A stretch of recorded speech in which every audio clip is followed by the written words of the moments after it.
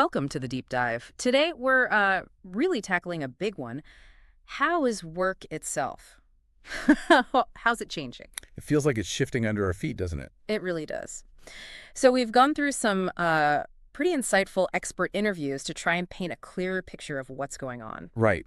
Think remote work, AI's impact, shifts in the job market itself. Exactly. And our goal here, our mission for this deep dive, is basically to pull out the most important stuff from these experts. Yeah, give you the key takeaways, kind of a shortcut to understanding these big changes. And maybe think about what it means for, your own career, your professional path.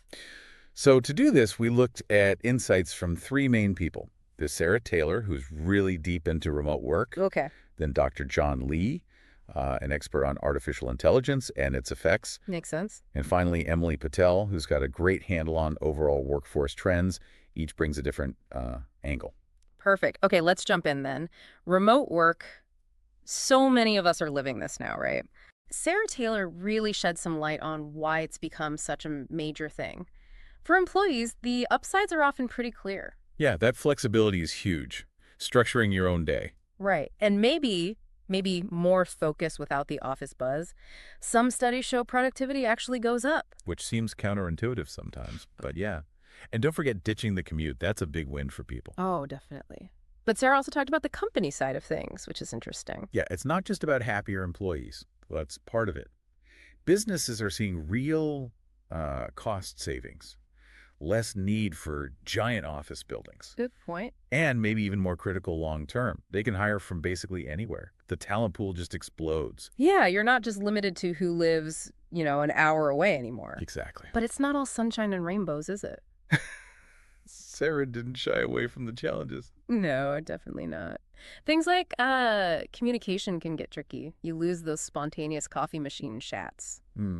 Those informal moments that actually matter for team bonding, for just knowing what's going on. Right. Building that sense of community, that culture, it takes more deliberate effort when you're not face-to-face. And I think, personally, that struggle to switch off when your living room is also your office, that's real. Totally. It's easy for work to just bleed into everything else. Yeah. But Sarah had some practical ideas on tackling these. Oh, good. Like what?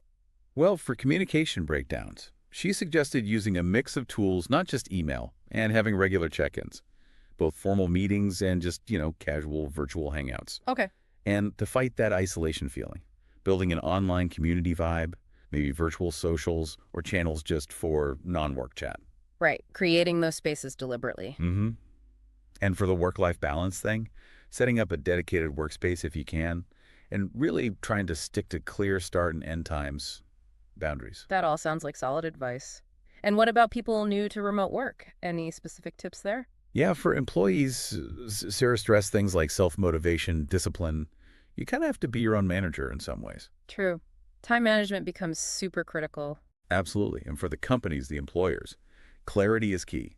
Setting really clear expectations about work, about communication. Right, so everyone's on the same page. Exactly. And providing the right tools, the tech support, good software, and actively, fostering that team connection, even from afar. Okay, that makes a lot of sense for the remote piece. Let's switch gears a bit. AI, artificial intelligence. This feels like another huge force. Oh, definitely. Dr. John Lee gave us a really good overview of this. Essentially, AI is getting really good at automating tasks. The repetitive stuff, the predictable things. Precisely. Things that are rule-based, which honestly might free up humans to do the more interesting, strategic, creative work. Okay, so it takes over some tasks, but does it create new ones? That's the other side of the coin, yeah. Yeah. Dr. Lee pointed out that while some tasks get automated, whole new jobs are popping up around AI itself. Like what kind of jobs? Well, designing the AI systems, building them, maintaining them, training them, it's a whole new ecosystem of roles. So the narrative isn't just robots are taking all jobs, it's more complex. Much more complex. Dr. Lee helped clarify which jobs might be more susceptible. Think tasks involving lots of routine data processing, predictable steps. Okay, if your day is pretty much the same sequence over and over. That's the kind of thing AI excels at. But he also really emphasized the skills that are harder to automate, the uniquely human things. Like creativity, coming up with brand new ideas. Exactly. And empathy, that ability to understand and connect with people's feelings. Complex problem solving where there isn't a clear formula, those remain really valuable. So given all that, what skills should we be focusing on then? in this sort of AI-powered future?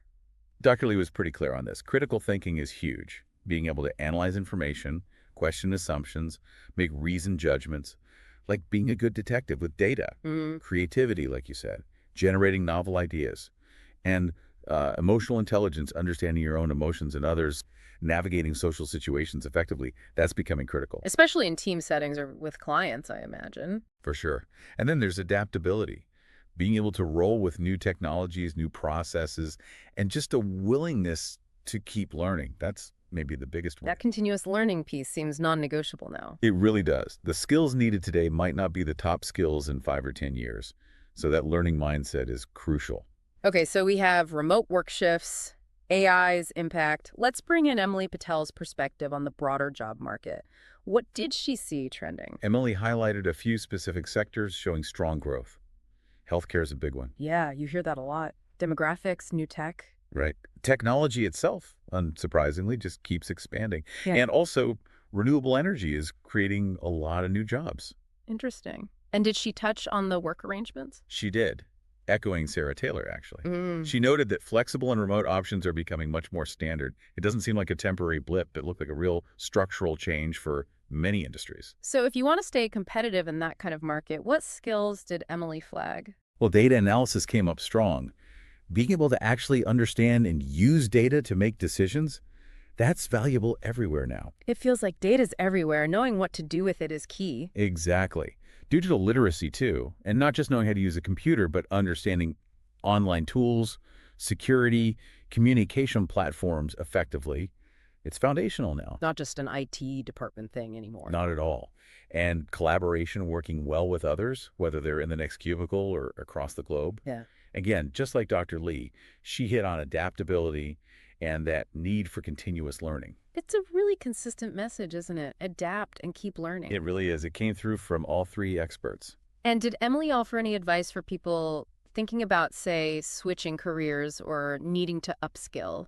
Yeah, some practical stuff. Start with what you're good at and what you genuinely enjoy, your strengths and interests. Makes sense. Don't just chase a trend if it doesn't fit. Right. Then look for roles or fields that align with that. And crucially, cultivate a growth mindset. Believe you can learn new things, embrace challenges. Don't be afraid to try something different. That mindset piece feels really important. Okay, so we've got these different threads: remote work, AI, job trends. How do we weave them together? How do they connect? Well, think about it. The rise of remote work that Sarah described. It directly enables companies to find that specialized talent Emily mentioned is in demand, regardless of location. Ah, right. It makes tapping into those skills easier. Exactly. But it also demands those digital literacy and self-management skills that both Sarah and Emily pointed out. Okay, I see the link. And how does AI fit in? Well, as Dr. Lee explained, AI automating routine tasks can actually make more jobs potentially remote-friendly. If the repetitive part is handled by AI, the human part, the thinking, the collaborating, might be doable from anywhere. So AI could, in a way, boost remote work possibilities. It could, yeah. Yeah. And it also means that the human workers, wherever they are, need to lean into those skills. AI can't do easily the creativity, the critical thinking, the emotional intelligence Dr. Lee highlighted. It pushes us towards higher level skills. Exactly. So you see how they all interconnect. Remote structures, AI tools, and the evolving skill demands. Yeah, it paints a picture. Hmm. And running through all of it are those core themes. Adaptability keeps popping up. Constantly. Continuous learning, you just can't stand still. Mm-hmm. And developing those uniquely human capabilities, the empathy, the complex reasoning, the stuff that, for now at least, machines aren't great at. Right. That seems to be where the real value add is for humans in this changing landscape. Mm. It really emphasizes that things are moving fast. No kidding. And being proactive, being flexible, getting the right skills, that's how you navigate it. Okay, so let's try to boil this down. Key takeaways from our deep dive. Remote work. It's got big benefits, but also real challenges you need to manage proactively. Yep, both for individuals and for companies. AI, it's changing the game, automating some things, but creating new opportunities that need different, more human-centric skills. Right. It's a transformation, not just an elimination. And the wider job market, it's leaning towards sectors like healthcare, tech, renewables, and really values people who are adaptable, digitally savvy, and can work well with others. Pretty much sums it up. The common denominator is really agility and that commitment to keep learning and growing. The world of work isn't waiting around, is it? Not at all. Those who embrace the change and keep evolving are the ones who are likely going to thrive. So maybe here's something for everyone listening to think about. Considering all this remote shifts, AI's rise, the skills in demand, what's the one skill you are going to focus on developing or maybe sharpening up in the next few months? What's your priority for flourishing in this, well, this evolving world of work? That's a great question to ponder.